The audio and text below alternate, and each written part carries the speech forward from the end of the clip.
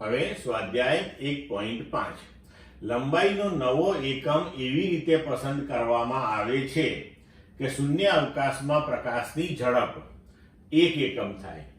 જો પ્રકાશને સૂર્ય અને પૃથ્વી વચ્ચેનું અંતર કાપતા 8 મિનિટ અને 20 સેકન્ડ લાગતા હોય તો લંબાઈના નવા એકમ સંદર્ભે સૂર્ય અને પૃથ્વી વચ્ચેનું અંતર કેટલું થશે? હવે અહીંયા જુઓ, પ્રકાશનો શૂન્ય અવકાશમાં વેગ જે છે એને આપણે 1 એકમ પ્રતિ સેકન્ડ લઈએ. આપણને કહેલું છે કે 1 એકમ તમારે લેવાનો છે. હવે પ્રકાશને સૂર્ય અને પૃથ્વી વચ્ચેનું અંતર કાપતા 8 મિનિટ ને 20 સેકન્ડ થાય છે. તો 8 મિનિટ અને 20 સેકન્ડ એટલે 8 મિનિટને આપણે સેકન્ડમાં ફેરવીએ તો 8 ગુણ્યા 60, બીજી 20 સેકન્ડ એમાં ઉમેરી તો સૂર્યપ્રકાશને પૃથ્વી પર પહોંચતા કુલ 500 સેકન્ડનો સમય લાગે છે.